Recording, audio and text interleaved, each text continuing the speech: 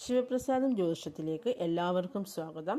ഇന്ന് നമ്മളിവിടെ പറയാൻ പോകുന്ന വിഷയം എന്ന് വെച്ചാൽ സർപ്പദോഷം കൊണ്ട് വിഷമിക്കുന്ന ആളുകൾ ജപിക്കേണ്ട ഒരു മന്ത്രത്തെ പരിചയപ്പെടുത്താനാണ് ഇന്നത്തെ വീഡിയോയിൽ ഞാൻ വന്നിരിക്കുന്നത്.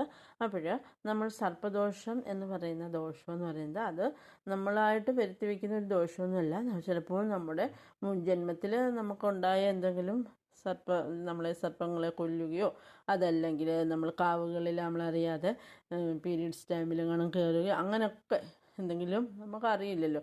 അപ്പോൾ അങ്ങനെയൊക്കെ നമുക്ക് യാദൃശ്ചികമായിട്ട് നമ്മൾ ചെയ്ത ആ ഒരു തെറ്റിന് നമുക്ക് ഈ ജന്മത്തിൽ കിട്ടിയതാവാം. ചിലപ്പോൾ ഈ ജന്മത്തിൽ തന്നെ നമുക്ക് സർപ്പങ്ങളെ കൊണ്ടുള്ള ദോഷങ്ങൾ എന്തെങ്കിലും അനുഭവിച്ചതാവാം. അപ്പം അങ്ങനെയൊക്കെ നമുക്ക് സർപ്പദോഷം വരും. അപ്പം അതിൻ്റെ ഫലങ്ങൾ കൂടുതലായിട്ട് വരിക എന്ന് വെച്ചാൽ ഈ രാഹുർദശ സമയത്തായിരിക്കും. അത് ചില സമയത്ത് സ്കിൻ പ്രോബ്ലംസ് ഒക്കെ ആയിട്ട്, അതായത് നമ്മുടെ സ്കിന്ന് സർപ്പങ്ങളുടെ ആ ഒരു സ്കിന്നില്ലേ, അപ്പോൾ അതുപോലെ അങ്ങനെ പൊളിഞ്ഞളവും പോലെ നമ്മുടെ സ്കിന്ന് അങ്ങനെയൊക്കെ പെട്ടെന്ന് അങ്ങനെ ഒരു പ്രശ്നങ്ങളൊക്കെ നിങ്ങളുടെ തൊലിപ്പുറത്തൊക്കെ ഉണ്ടാകണമെങ്കിൽ അത് സർപ്പദോഷം മൂലം ഉണ്ടാകുന്നതാണ്. പക്ഷേ അതിന് നമ്മൾ ഹോസ്പിറ്റലിൽ പോകണ്ടെന്ന് പറയുന്നില്ല. നിങ്ങൾ വൈദ്യസഹായം ഉറപ്പായിട്ടും തേടണം.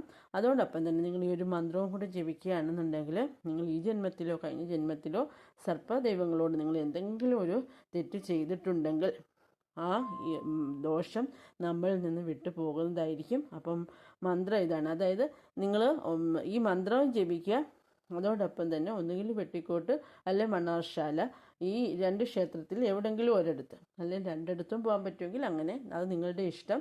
അങ്ങനെ അവിടെ പോവുക, ഒരു പുറ്റു വാങ്ങി സമർപ്പിക്കുക. അതുപോലെ പിന്നെ മഞ്ഞപ്പൊടി മേടിച്ചു കൊടുക്കുക. അതുപോലെ സർപ്പപ്പാട്ട് നടത്താമെങ്കിൽ അത് ചെയ്യുക. ഇത്രയൊക്കെ കാര്യങ്ങൾ ചെയ്താൽ മതി. അതോടൊപ്പം അവിടെ നിന്നുകൊണ്ട് തന്നെ ഈ ഒരു മന്ത്രം 3 പ്രാവശ്യം ജപിക്കുന്നത് ഏറ്റവും ഉത്തമമായിരിക്കും. അത്രത്തോളം നിങ്ങൾ വിഷമം അനുഭവിക്കുകയാണെങ്കിൽ അതല്ലേ നിങ്ങൾ പോകുന്ന സമയത്ത് ഇത്രയും കാര്യങ്ങൾ ചെയ്യുക. അമ്പലത്തിൽ നിന്ന് ജപിക്കുക. ഈ മന്ത്രം നിങ്ങൾ എന്നും വീട്ടിൽ നിന്ന് ജപിച്ചുകൊള്ളുക.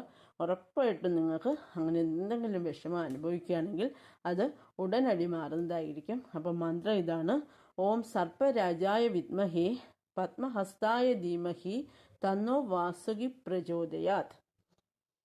മന്ത്രം ഒരു വട്ടവും കൂടെ പറയാം: ഓം സർപ്പരാജായ വിദ്മഹേ പത്മഹസ്തായ ധീമഹി തന്നോ വാസുകി പ്രചോദയാത്. അപ്പോൾ ഈ മന്ത്രം നിങ്ങൾ എന്നും ജപിക്കാം. ഒക്കുമെങ്കിൽ 3 വട്ടം ജപിക്കുക. അതല്ലെങ്കിൽ ഒരു പ്രാവശ്യം ജപിച്ചാലും മതി.